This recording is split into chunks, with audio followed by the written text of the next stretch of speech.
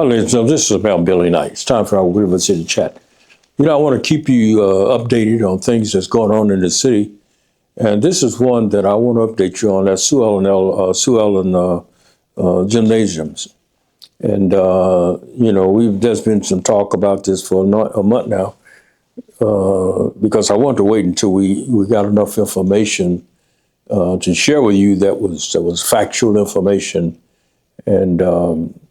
And so let me just give you a little history, a little background.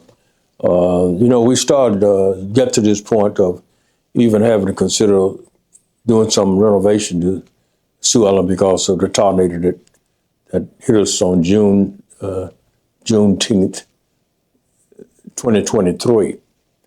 And when that happened, then, FEMA, we finally got the declaration with FEMA. And FEMA came in and started assessing all of our public buildings. And, as much as I hate it, FEMA is just so slow. Just the nature of the beast that they're just so slow. It's another national government agencies that just takes their time and they're so slow.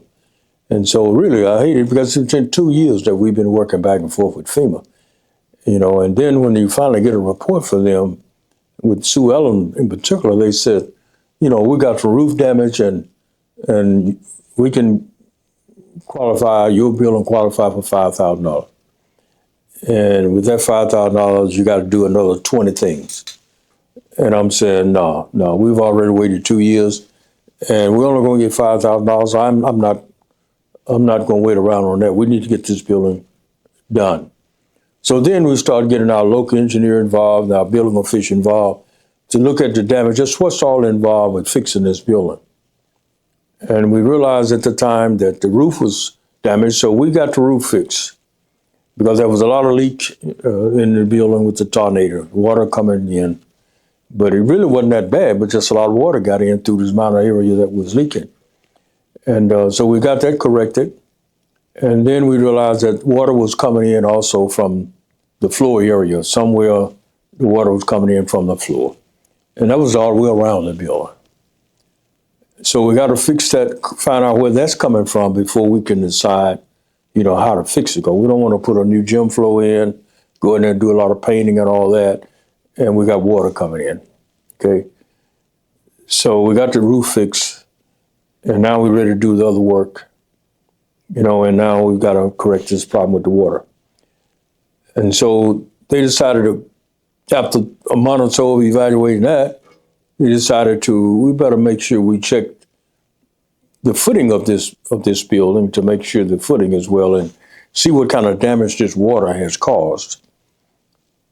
And when the professionals went and tore the bricks off of the base of that building all the way around, they did it in spots. Now, they didn't tear the whole thing down, but around each beam, those steel beams all around the building, they took off the bricks that was at the base and the tin that was there, and they looked at that.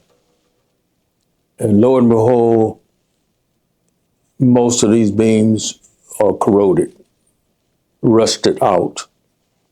Some of them are just been holding up on something about maybe 3 or 4 inches wide beam that was left. Of course, that frightened everybody because, we had still been having kids play in that building. We had voting coming up that was on March the 3rd.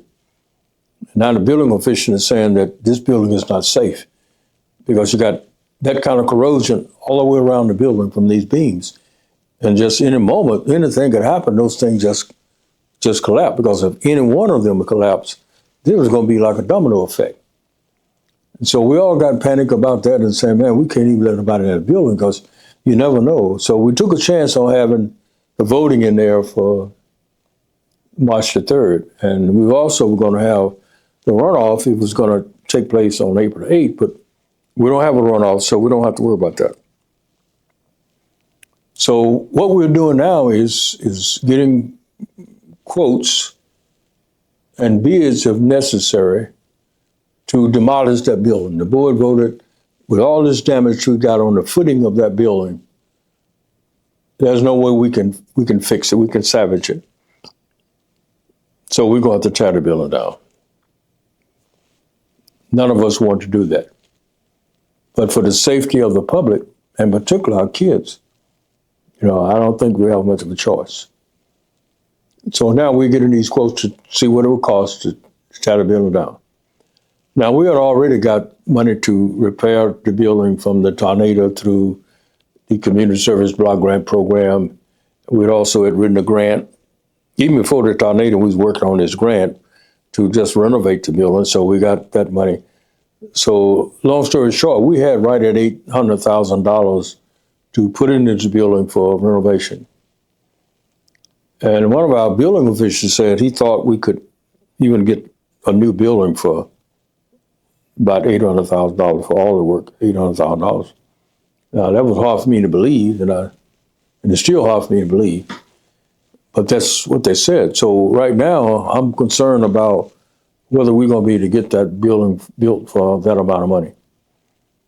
And we're talking about the same kind of footprint, nothing extra. We would like to make it bigger. It's an opportunity to upgrade the building, and that's what we do because we're happy about that opportunity.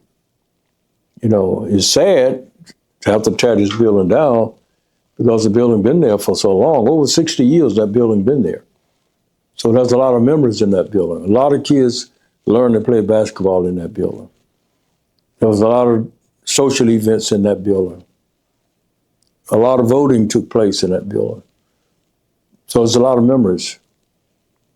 But on the other hand, this is an opportunity for us to upgrade the building because it has been there for over 60 years. But I don't know whether we can get it done for the cost that was suggested to us by one of our building officials. And the reason I'm concerned about it is because, everything is up now. And with the tariff that, the president put us under, and I was concerned about that even before the building went down about all the tariffs and that. Now, since the tariffs and we got now the war and we got all the gas prices going up, I just don't believe we're going to be able to get that building built for $800,000. And then that means, where do we get the rest of the money to do that? So I want the public to know that this is our situation. We're in a situation now that was not of our own doing, and we got some money to get started. But whether we have enough money to complete that project, I'm concerned about that. The architect is also doing the drawings to give us some idea of what it costs. Because the way I look at it is how much does it cost per square foot? When you build your own house, it's built based on what it would cost per square foot. And when you talk about a building that used to be built for $100 a square foot, you don't have that situation anymore. If you're lucky to get it done for $150, $175 a square foot, you're lucky. And I'm being told it's maybe up to $200, $300 a square foot. And ain't no way I don't know where we would get the money if it costs that kind of money. So I'm just letting you know as a public that we got $800,000 to get started.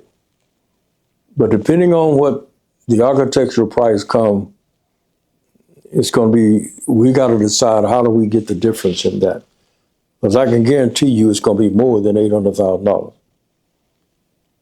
And we're going to have to figure out whether we get the difference.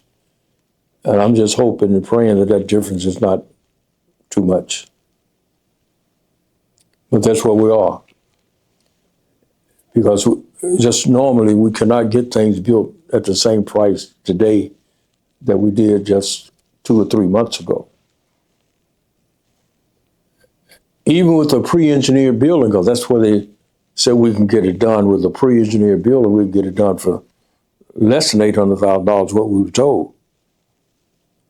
But even with a pre-engineered building, I don't believe we're going to be get it done for $800,000. Now, I don't want to alarm anybody, but I'm just telling you up front that I don't think we're going to be able to get this building built for $800,000 with the same footprint that we have now. That is the same square footage we got now. And so I'm beginning to think about how am I going to be able to make up the difference, because we got to build another building there on Sue Ellen. Just trying to keep you informed, Moss Point. and you keep following us along. I'll keep giving you updates on this and let you know how things are going. But I want to prepare you for the worst scenario is that we're going to have to figure out how we're going to make up the difference of that $800,000. Because I don't think we can bill a bill of $800,000 anymore. We're happy to have $800,000, but it's not enough. I don't believe. Just keeping you up to date. Have a good day.